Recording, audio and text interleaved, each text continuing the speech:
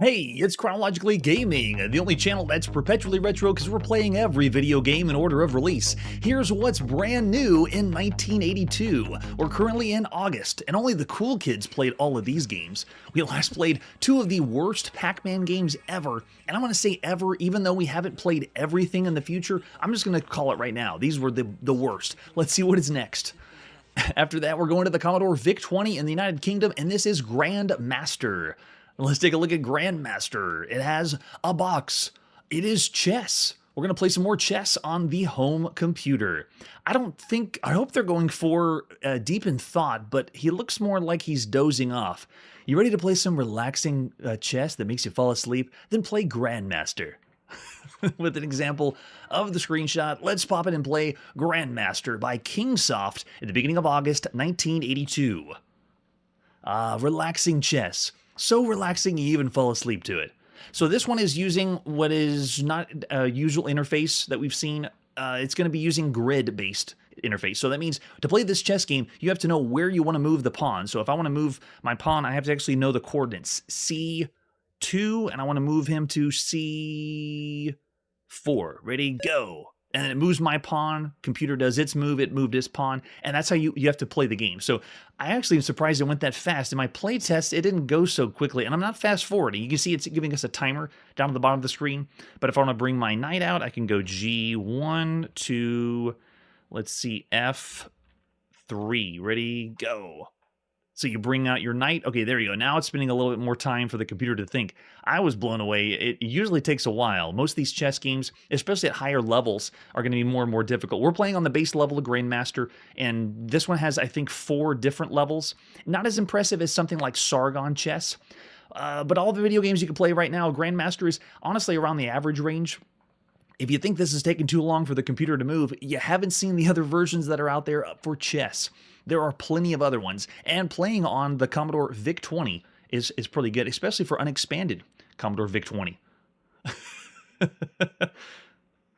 Yes, that's right. Maybe it was Bobby Fischer that was falling asleep because he could easily beat us. We're still waiting. You can see the timer ticking down, 45 seconds now.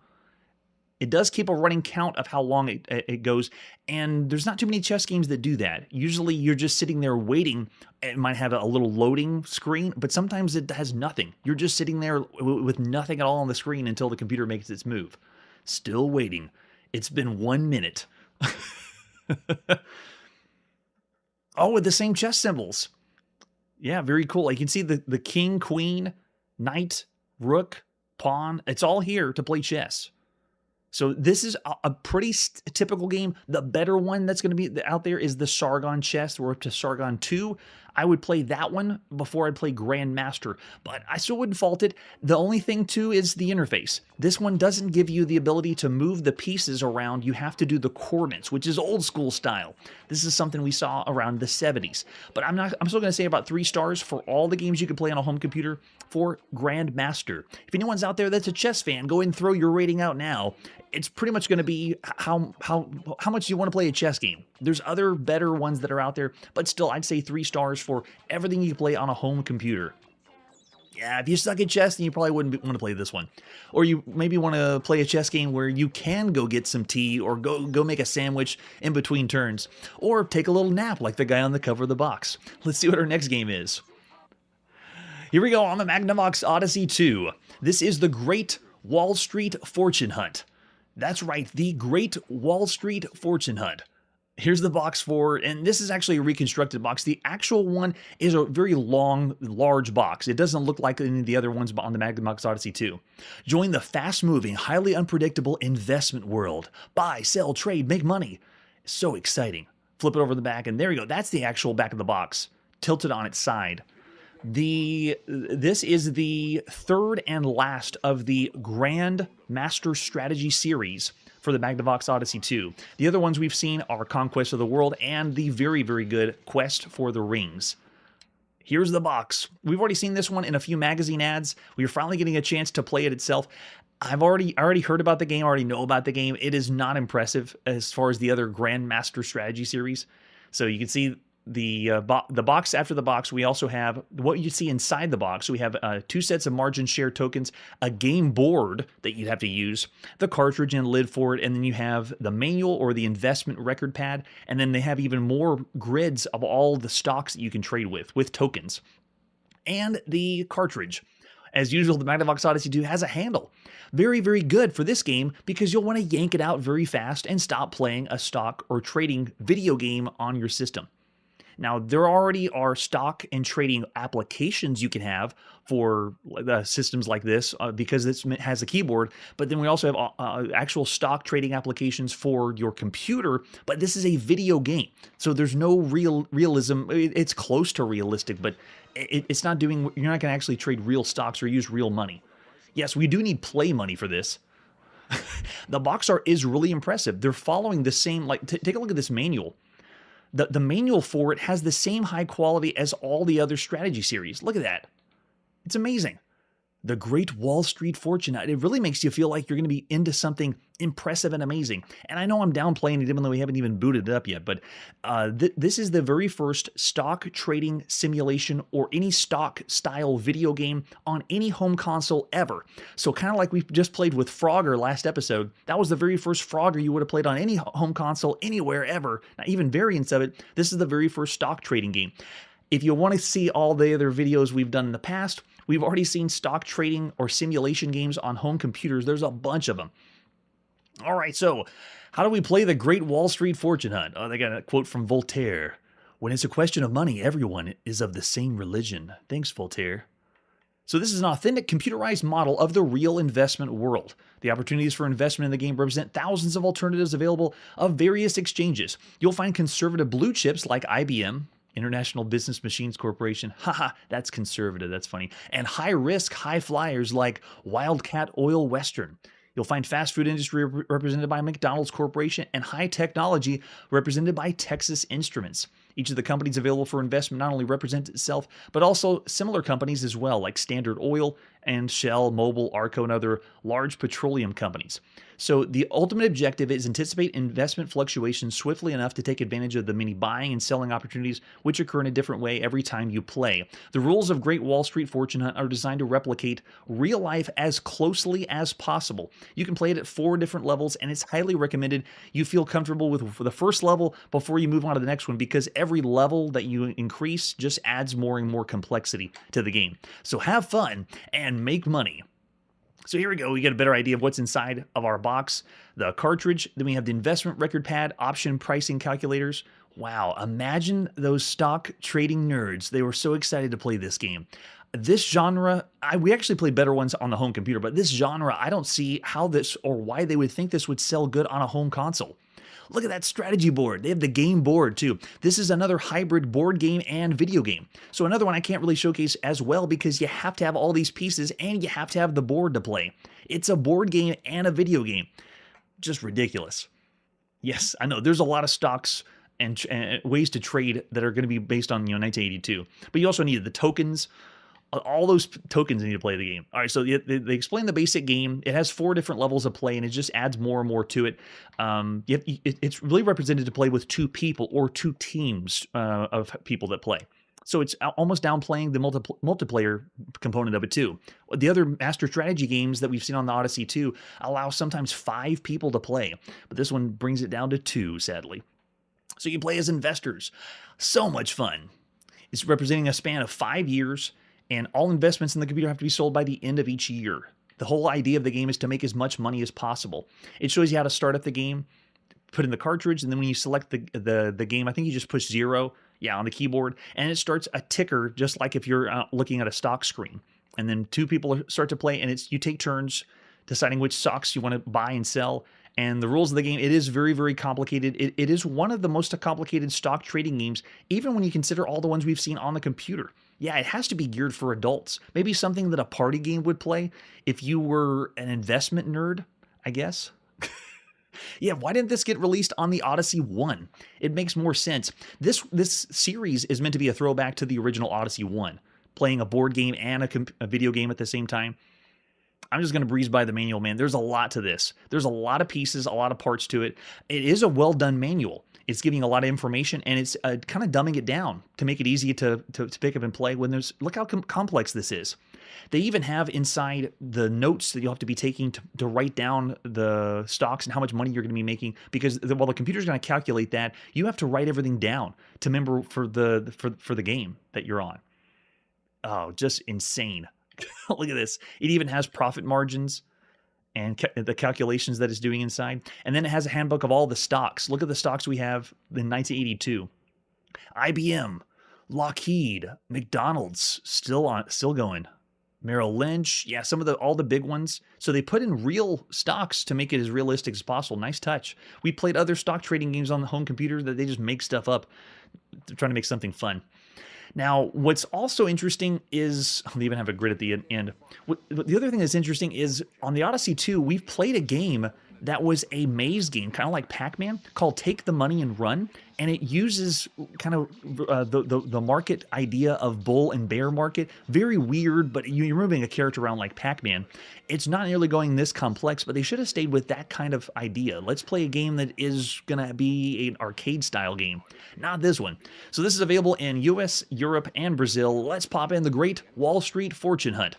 Programmed by Ed Averitt, of course, Ronald Bradford, Stephen S. Lehner, in the beginning of August 1982. So here we go.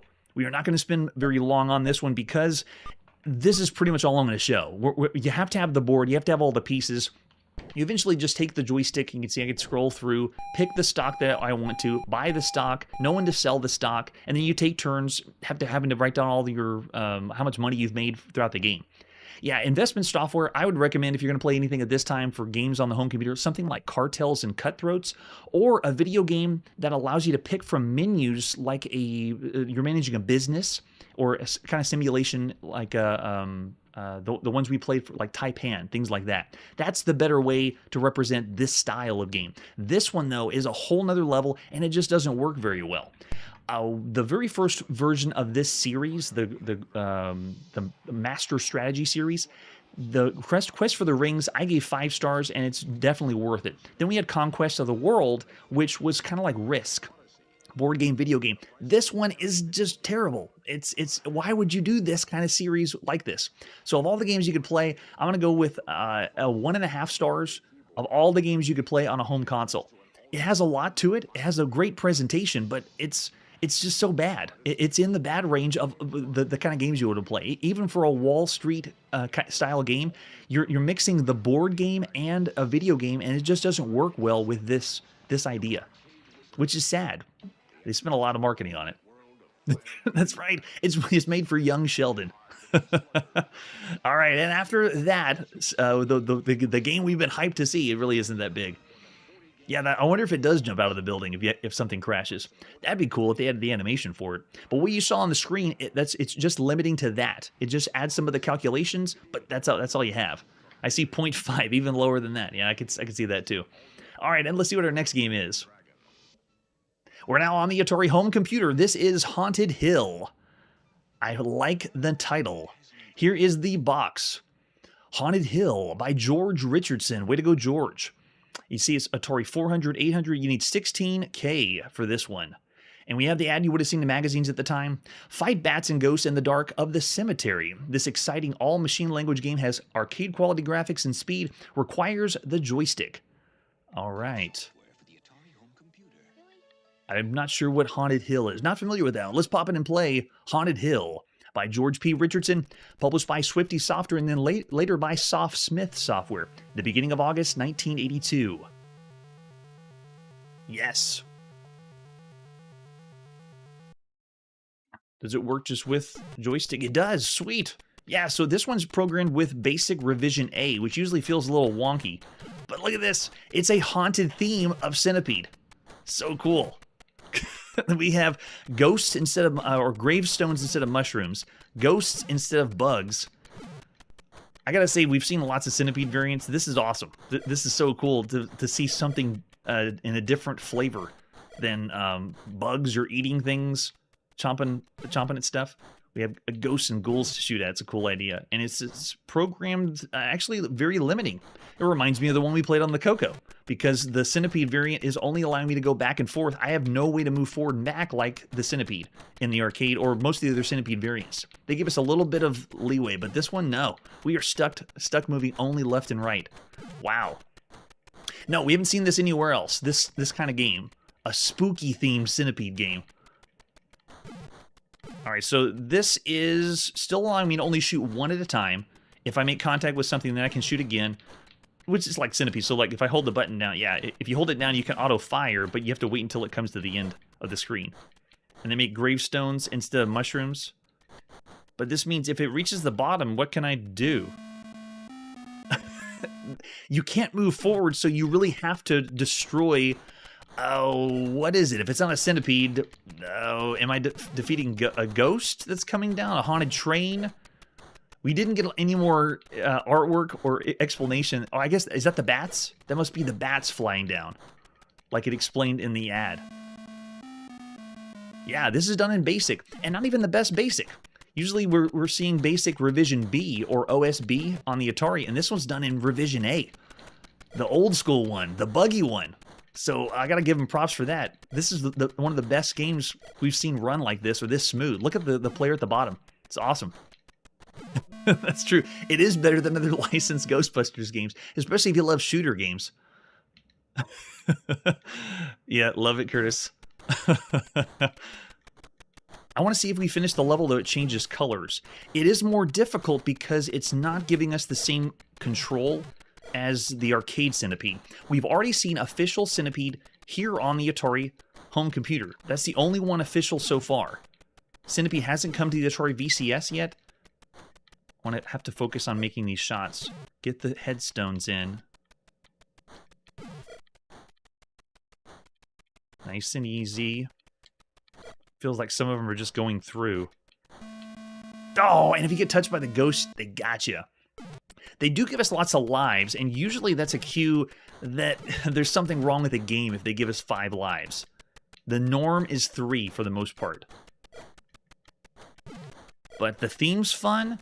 This is fresh, exciting, considering the other Centipede variants we played.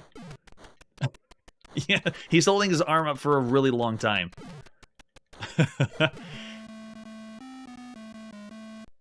Was the first Ghostbusters... I thought the first Ghostbusters was 82. Was the first one 83?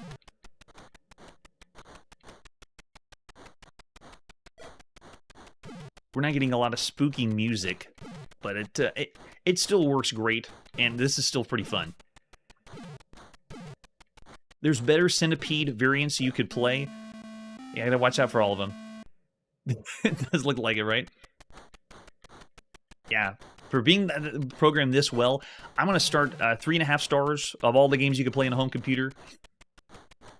For a Centipede game, look how much we got on screen, too. The ghosts that are flying around. All right, I want to get past the screen, but I have to avoid... Looks like the other ghosts... Yeah, they're only coming out because when you hit a gravestone, then they fly out at you.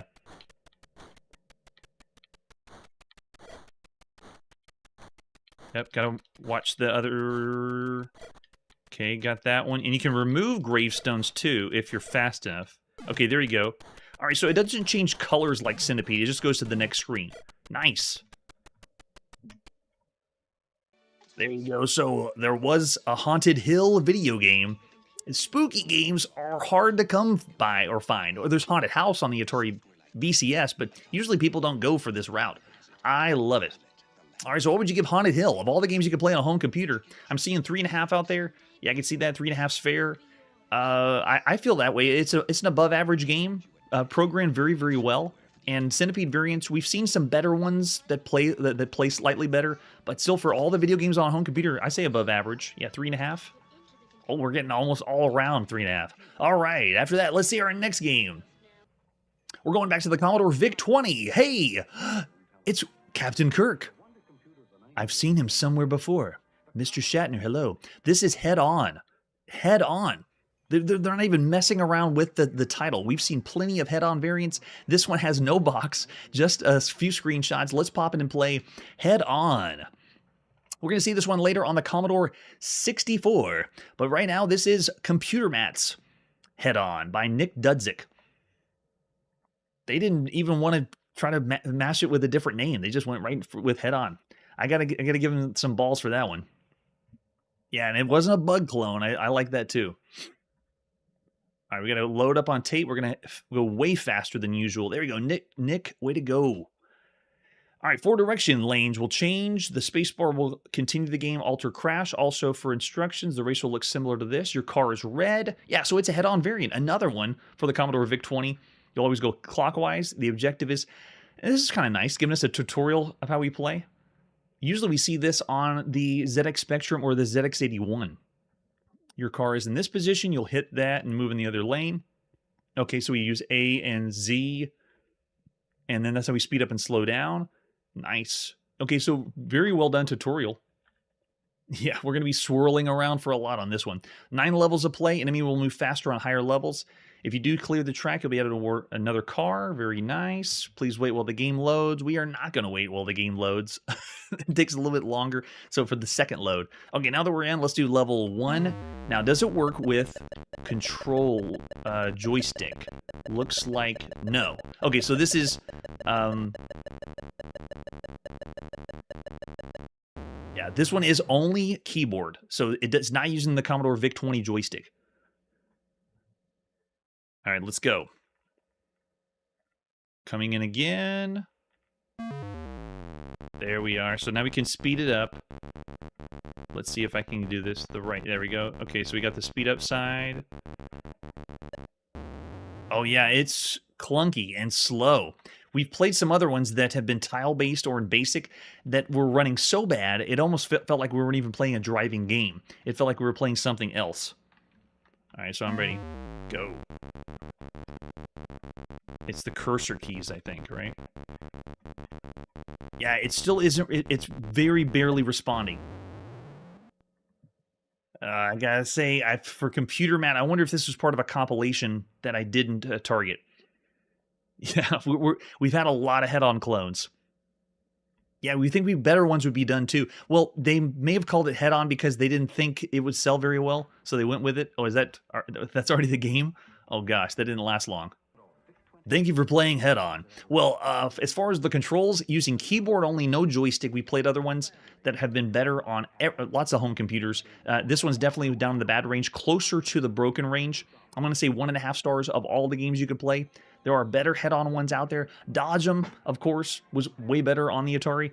And we know they can get better than this. Come on, guys. All right, after that, yes, I want to see... Yeah, we've had a head-on variant where you can play 2-player. You and the other cars could play at the same time, so there's lots of other options besides this one. Yeah, 1.5 from Scruffy looking as well. Definitely. All right, let's see what our next game is. As we traipse along in August of 1982, here on MS-DOS is Hoser. Hoser is on PC-DOS, PC Booter. It could have been on any one of those systems by IBM. So this one has a few images that were front of the box. Look at this. IBM Personal Computer, a product of Blue Giant Software. I'm not familiar with that one. Yeah, PC-DOS, Basic A. This requires 64K. 64K to play this? 64K was the first largest memory jump we ever saw on the channel to play the Microsoft Decathlon game. Oh, 84 was the first Ghostbusters. Really? I thought it was 82 or 83. All right, so then besides the box, we also have a screenshot, and that's it. All right, it's time to pop it and play some Hoser. This is by Roger C. Ferguson. Programmed on DOS version 1.0. Basic using CGA. Yes, right, the box is screaming shovelware. I really hope not. Ooh, look at the draw-in. There it is. Way to go, Roger. So we got amateur mode or professional mode. I'm going to start with amateur. This one's going to be using no joystick. We have arrow keys only. Gosh, sounds like we're going to be targeting some dogs to play. Oh, that was it. It was a snake variant that we already died on really fast. It shows us how many hoses we use. Okay, so it's a snake variant, but we're a hose instead of anything else. I got it. Let's see how quick. Yeah, responds well enough. But yeah, it's a snake game. You can see it on the bottom. They're giving us a bar that's kind of hard to see. And they have an objective. So they give us a level with certain things to clear. Once we clear it, then we move on to the next level. So they're going to switch up. Yeah, they're going to switch up the design. Okay, nice. So it is not the worst Snake variant. It's actually pretty average. But for a Snake game, yeah, it's all right. Yep, once you complete the level, then you get a score, you move on to the next one. Look at those, look at that color. Man, it's so nice. I'm not sure the country. Look at that, they even have the, the 3 colors. Now they're just messing with the CGA graphics. This one's a one-player only game, so I wouldn't want to rate anything higher than 3 stars because we played lots of Snake games that offer multiplayer, including one on the TI-99 that allowed you to play with 4 people at once, simultaneous all together. Or even like, I think it was Snafu, that was also on the Intellivision. So there's lots of other Snake-style games, but I like this one because there's only been 1 or 2 other Snake games we played that give this objective where you complete a certain amount of things you eat, and then you move on to the next one. But we're supposed to be a hose instead of a snake. Whatever, as long as you keep making fresh ideas, I'll take it. And this is all using the arrow keys, so it's easy controls, gets the job done.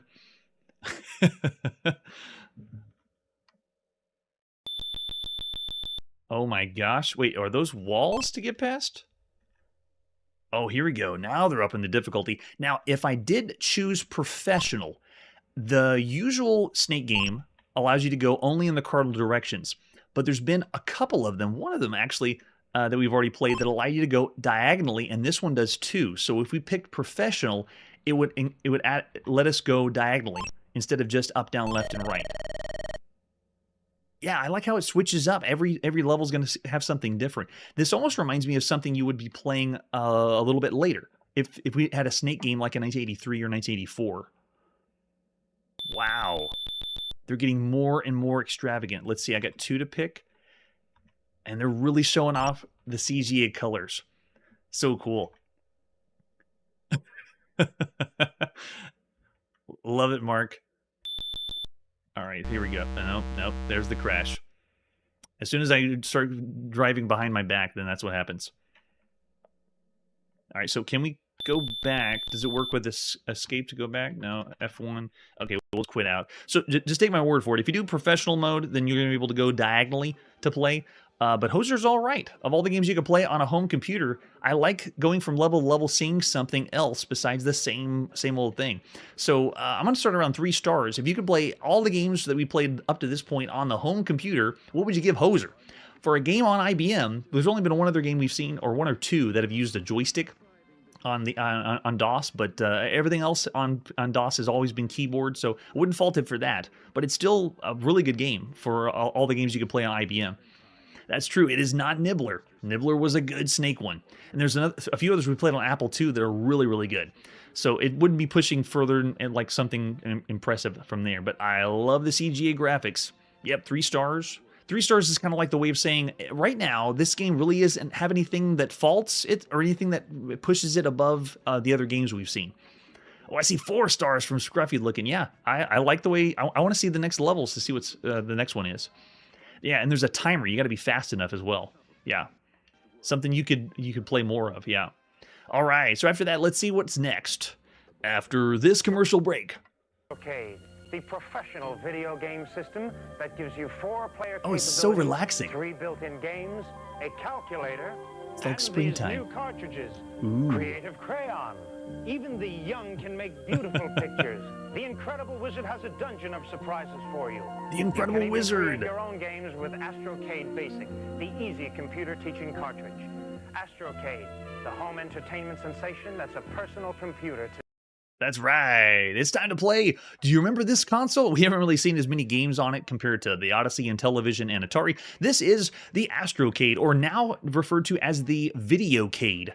So the Incredible Wizard is the game we're going to be checking out. This one is the very first time you could ever play the Wizard of War at home.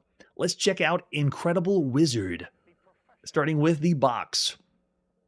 Oh, nice.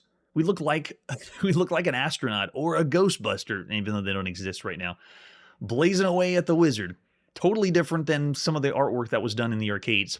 Challenge the Incredible Wizard and his creature in their own environment, treacherous dungeons. Slip through the magic door at the end of the dungeon, but prevent the super monster from escaping through it. Shoot the Incredible Wizard and experience the tremor of the entire dungeon as his magic wavers.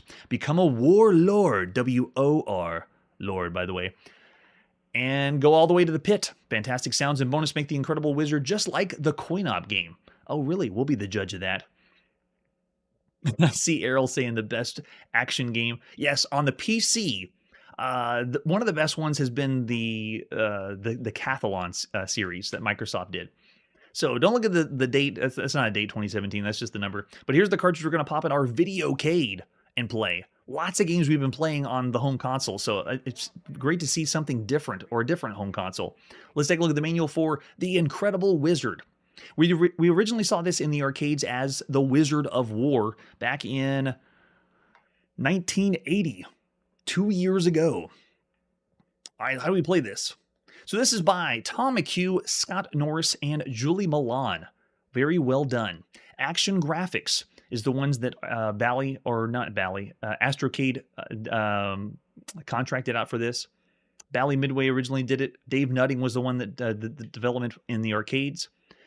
How do we get started? Well, you turn off your system, plug it back on. This is for 1 or 2 players. This is a 2-player simultaneous and even co-op mode, so they do exactly like the arcade does. A player is referred to as a warrior, as he or she in the Dungeons of War, the wizard's homeland. In 2-player mode, both players play at the same time in the same maze. Player 1 is on the left, player 2 is on the right, and the adversaries are the wizard and his pets, the warlings. Yes, the original Wizard of War, the first time you could play it at home. But it was called the Incredible Wizard, which I wasn't aware of. When this came out, I didn't know you could play this one. We're going to see some other ones later, but this is the very first time you could. So what you do is choose the wizard, and then you choose which skill level you want, how many players you want. When it's time to play the game, this uses the joystick. The Bally Astrocade one is the one that has a little knob at the top that wiggles around and can twist. And as the trigger, which is an actual trigger, it shoots your concentrated unified field disturbance rifle in the direction you're facing. Because the nature of the unified field disturbance rifle, only one shot can be in the air at a time. Until it strikes a wall monster, another shot, or another warrior, another shot cannot be fired. That's a very intricate way of saying you can only shoot one at a time. Long corridors can be dangerous because while the shot is traversing the corridor, a monster can come in behind you and eat the player, who cannot shoot again. This puts great importance on when the player shoots and when not to shoot. Alternately, short shots hit nearby walls and can be reloaded quickly, giving the player a rapid fire capability. The problem with short shots is there's only one chance to shoot a monster, or they'll sneak between shots and run over the player. That's a very verbose way of saying what we already knew from the arcade, if you ever play this in the arcade. Yes. Yeah, usually I say the title of the developers. Way to go, Tom, Scott, and Julie.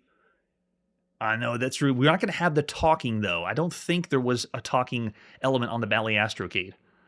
So there's 2 objectives in the Incredible Wizard: descend as far as possible into the dungeons and score as many points as possible. We got to score the points. Descending the 8th maze earns the player the title Warlord and the privilege of challenging the Warlord dungeons. You get an extra player every 4th maze, nicknamed the Arena, the 8th maze entering the Warlord dungeons, and the 11th, the pinnacle of the Warlords, the Pit. We're not going to get to the Pit, but that's pretty cool. They give you levels or dungeons to go to. You also get additional players the further and further you go. The first creature you battle is the Burwar, the hopping monster. He's the slowest of all the monsters and is always visible. After Burwar is Garwar, the chomping monster, then Thorwar. I don't remember this in the arcades. Did they give titles of the characters? And then they're invisible. Oh, that's right, because this one has the radar. Wizard of War had the radar so you can find them all. Yeah, the radar at the bottom of the screen tracks the invisible monsters, so if you don't see them on the top, you can see them down at the bottom. Almost like you're playing Alien from 1979. Clearing all the monsters of the maze brings out Warluck, the flying monster. He's visible all the time, will try to escape. He's very fast. After Warlock escapes in shot, then the wizard may appear. The wizard comes out more frequently in higher mazes and is more difficult as the player descends deeper into his dungeon. He disappears and reappears and cannot be tracked by radar.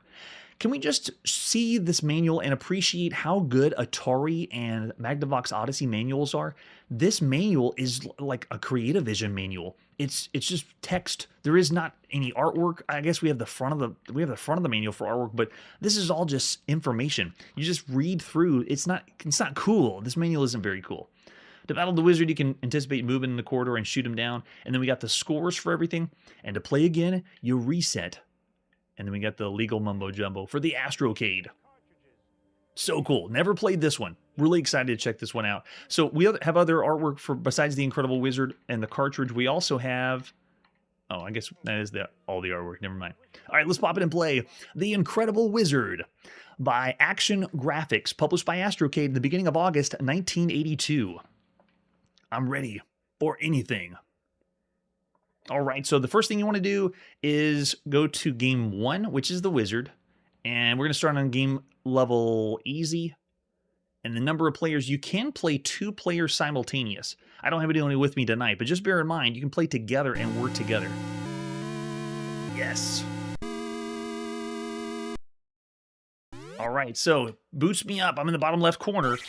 And yeah, it looks the part, almost like a lower resolution of Wizard of War from the arcade. But look at the bottom. They have the radar too. And yeah, enemies are speeding up. Control feels pretty much the same as what we've seen in the arcade. But it's been a while. It's been 2 years since we've seen in the arcade. So this would have been a real treat to play if you had the Bally Astrocade. Oh, here it comes. Is that my secret exit? Yeah, that's the secret exit. I remember that. So cool. Take him out. And you're just going to go further and further. Now we're going to try to see if we can take him out before he escapes. There we go. Got him. And bonus. All scores doubled. I love the Astrocade's giant text like this. Look. So cool. We've already seen a few of their games do that, and I still love it. It makes you think you're playing something bigger, better. Like in the arcade.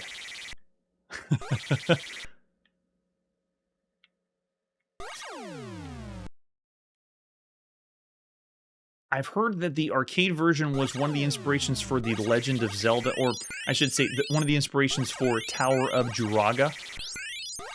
And you see this movement in the fantasy setting from the top-down maze game. Oh yeah, we're getting some really good luck this time. Listen to the sounds. This is one of the best Astrocade games because it feels like we're playing in the arcade. That's originally what the Cell was. But now you can see from the commercial we just watched, they were trying to sell, this is both a video game and a home computer. Because you can do basic on here. I'm already seeing Ariel throw out 5 stars. Yeah, of all the games you can play on a home console, look at this. This is awesome. So while it doesn't have the talking, it's still getting the job done. Okay, where'd my radar go? I see him over there. There he is. Come on, buddy.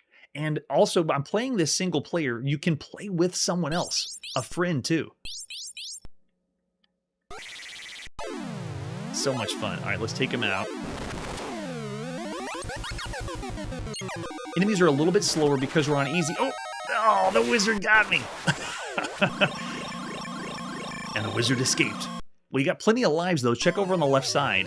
It shows an entire person for it. Yeah, this had to have been the killer app for the Astrocade. It's so well done. Everything minus the voice, but even still, the sound effects are so good. Now I understand why they were advertising that in the commercial. That was the later commercial. We've already seen a few others by when Bally was the owner of this system. Oh, I didn't fire fast enough. I have to refer back to the manual and remind myself I can only fire one at a time. Okay, let's go. Okay, so you can see on the radar, there's 2 more enemies, and I have an exit I can slip out. There you go. I love this because it's like when Wizard of War came out, it was like you were playing Pac-Man, but you could shoot and had this space theme. Yes, we got it. Look at the flashing. Whoa. All scores quadruple. This is epic. This is so good. And to play 2 at a time, yeah, this would be a reason to get... I'm trying to think of other games we played. There's not many that are 2-player simultaneous where you and your friend could be running around shooting like this. And on a home console, I mean.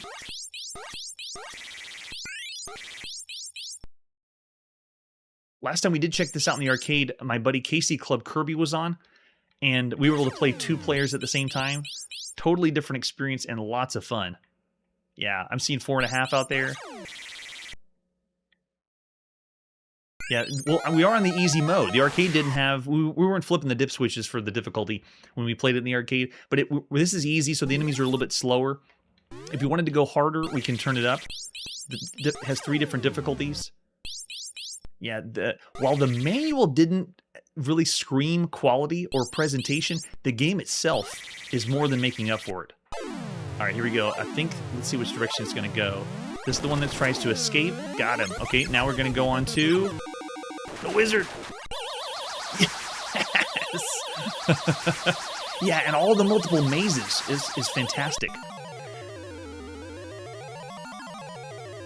Because bear in mind, the beginning of this year is when we saw Miss Pac-Man that had the 4 mazes added for Pac-Man. Yeah, right now we're going to see ones later for Wizard of War, but as far as right now, this is amazing.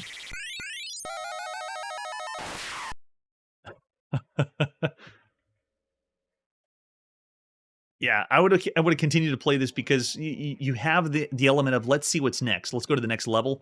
Incredible Wizard is incredible. Yeah, it is one of the best, if not the best, game we played on that Bally Astrocade. Of all the games you can play on a home console, I am going to crank this up. This is one of the best ones. I'm going to go 5 stars. It is so fun. The 2-player simultaneous is another one that sells it and pushes it over the edge for me.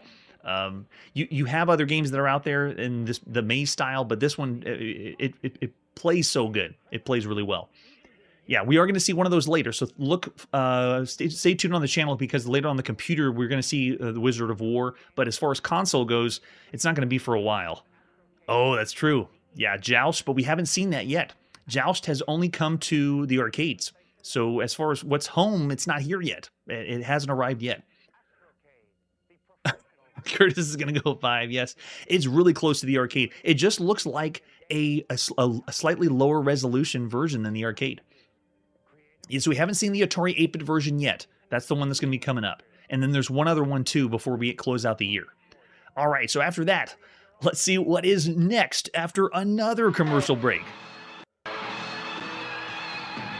Data Age presents the world's first rock video game, Journey Escape. Yes, it's time to play. You must help each member of Journey Escape. Oh, yeah. Mobs of love-crazed groupies, shifty-eyed promoters. I can get you the forest. And streaky photographers.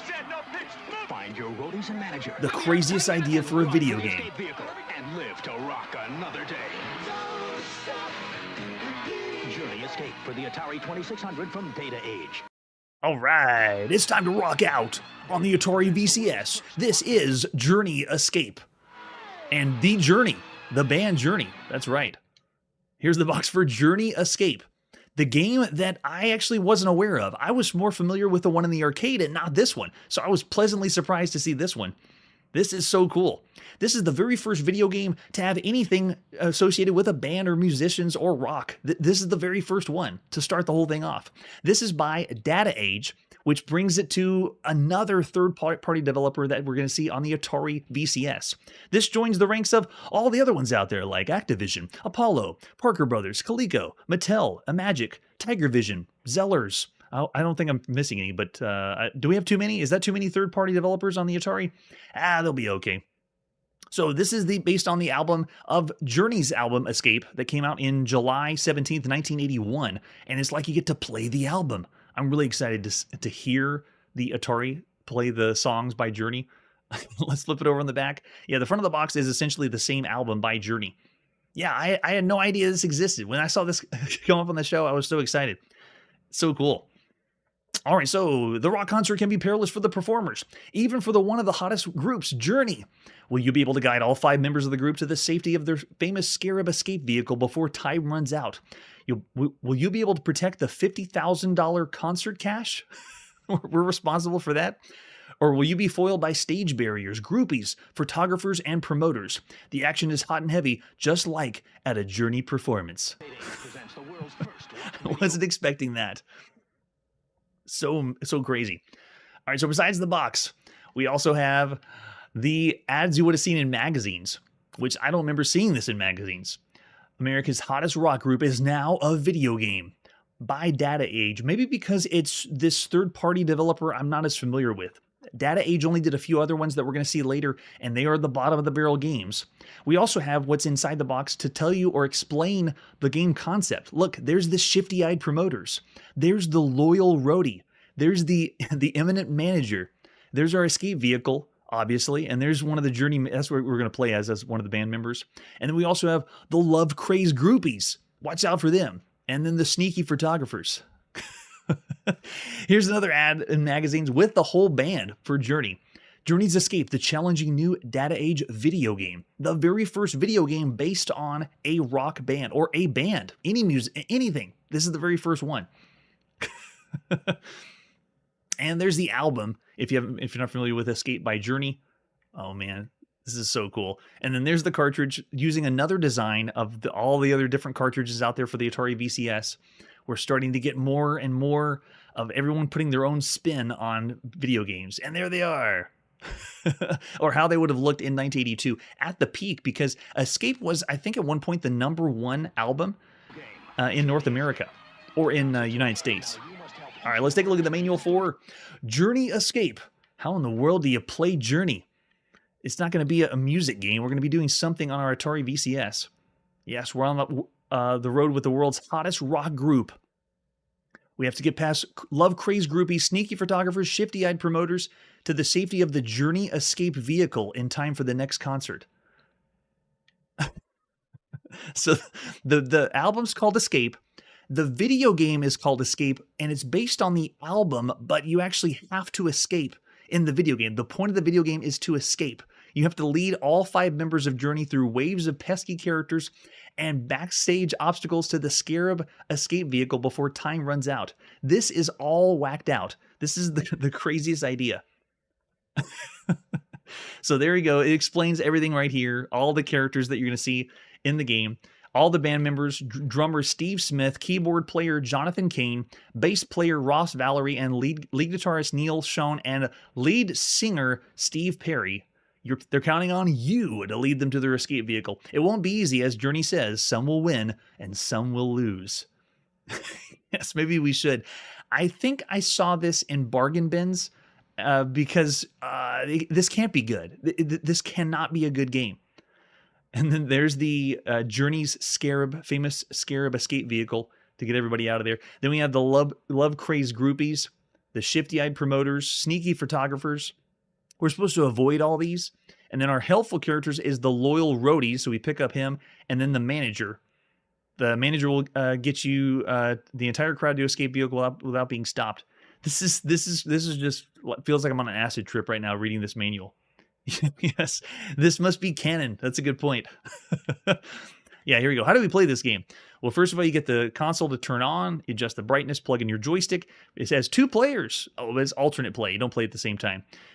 You push the game reset to begin, and within waves of groupies, which are hearts. The promoters are heads with shifty eyes. Photographers, you have to avoid all those. And then Don't Stop Believing is going to be playing in the background. Cool. I want to hear Don't Stop Believing on the Atari.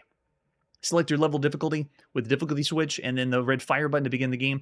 When the single players turns over, you push reset. Okay, it's pretty much the same. Okay, once the 5 players are safely to their vehicle, the game will revert to the introductory scene for about 15 seconds, and then it'll automatically switch to the gameplay scene and add an additional $50,000 added to your score. So the game is using a currency to play.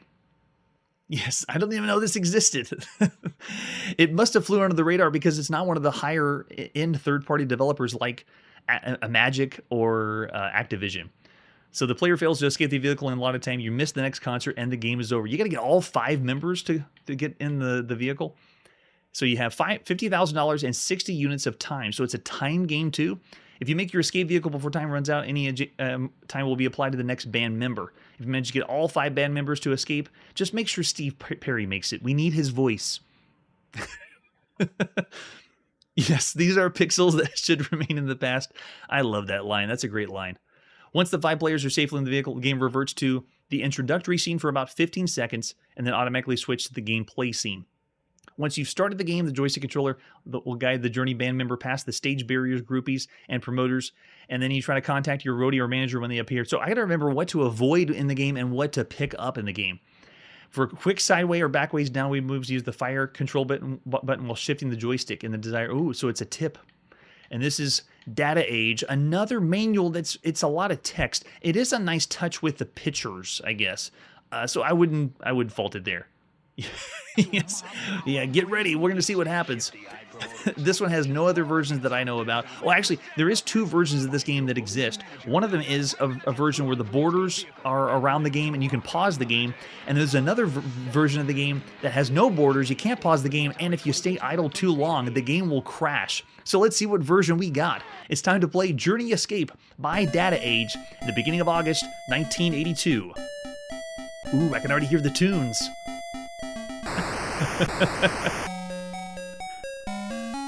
There it is. Oh, so cool. And that's the limo, right? We're gonna go pick him up. That is Journey on the Atari. I gotta say, that's one of the best songs we've ever heard on the Atari. Or maybe I'm just biased because Journey's awesome. I love Journey, so it sounds good. We might see a Ramones game later. All right, so let's go ahead and start. We're good. When it's time to go, I'm down at the bottom of the screen, and wait a second, that background looks familiar. The background looks like the same star field that we saw in Cosmic Arc earlier. So avoid everybody, avoid the groupies, avoid the promoters, avoid, oh, there we go, get a roadie to help us out, nice. All right, so now we're looking for the vehicle to get him home. Uh-oh, the roadies are getting, or the promoters and the groupies are getting larger. But I have full reign to move around. In a way, this game reminds me of Tax Avoiders that we played, even though it's not a platformer. Just the idea is just ridiculous. That we're going to play a game where we're controlling the different members of Journey and trying to get them back. Oh, the timer's running out. Am I missing something? Yep, and time's up. They didn't get home in time. The song alone, though, is pretty cool. I can understand why people would buy the game and be so excited, because if they like Journey, they want to hear the song. Okay, let's go. How many other songs did they cram into the album for Escape? Let's see. Oh, I can speed it up. I see. So if I go to the top of the screen, I can warp the screen even faster. But the start field remains the same. So it's pseudo 2D scrolling, but not really 2D scrolling. It's just scrolling the objects. All right, I don't see our manager yet. I only got 20 seconds. Let's go. Oh, there it was. I missed him. It's very lacking. There's not too many games like this because most of them are going to be shooters or maze games, but it's still, there's not much to it. All you're doing is avoiding certain things and picking up certain things. In presentation, they just have a lot of flashing stars. Where in the world is the manager? And we're already, done with it like that. And then Men at Work and the Police. Everyone should just throw in the chat all the music they were into right now in August of 1982. Because this album was out in 81. At least the summer of 81. That's a good reason not to like them. Alright, right, so I don't know. Journey Escape is just straight out of left field. I wasn't expecting the game. I have no idea why they made it. It's kind of interesting they did, because there's never been anything like this. But as far as the game itself, the only cool thing is booting it up and hearing Don't Stop Believing. But if you were into Journey, you most likely had the album to listen to. So gameplay, though, it's weird. I almost want to say average, like 3 stars, because it's not doing too much different. But I can understand why this was something that would be in a bargain bin later. So Journey Escape, of all the games you could play on a home console, what would you rate Journey out of all the games you could play? The excitement of Journey could possibly bump it up, but other than that, it's really not doing too much. Inoffensive and dull. I got a 3.5 from Scruffy looking. Of all the games you could play on a home console, the excitement of Journey would make it maybe 3.5. But gameplay, though, I'm still going to say it's just right there in the center. Blah. Oh, the intro tune? Yeah, I'll go 3 stars of all the games you could play on a home console. This is another one of those games that it has the excitement of, this is so cool, it's a video game, but then when you actually play it, it starts this malaise of what video games are and how we start building up to the crash in North America. Yeah, I see 2.5, 3 at most, yeah. Okay, well, I'll stick with 3. That sounds like the best one. All right, so that's where we got to put our video game playing on pause. Man, what a crazy night. It's August 1982. Tune in next episode for another Kong on your Atari VCS, and Commander Champion of the Atari Force has chosen you. That's it for today, and like I always say, don't stop believing. Hey everybody, thanks for checking out the channel and joining me on my quest to play every single video game in order of release. We'll be streaming live every weekday at 9 p.m. Central, so join us and let us know if you miss any games along the way. This video would not be possible without Launchbox, RetroArch, and MAME. Tell all your friends there's some crazy guy named Chronologically Gaming trying to play every single video game. We have links down below that'll send you to places like our Discord and Patreon, and one that says all the video games we've ever played. If you go there, it's a list of everything, and you can click right to the game you want to see. Chronologically Gaming is the name to look for. We are perpetually retro, and we will catch you next time.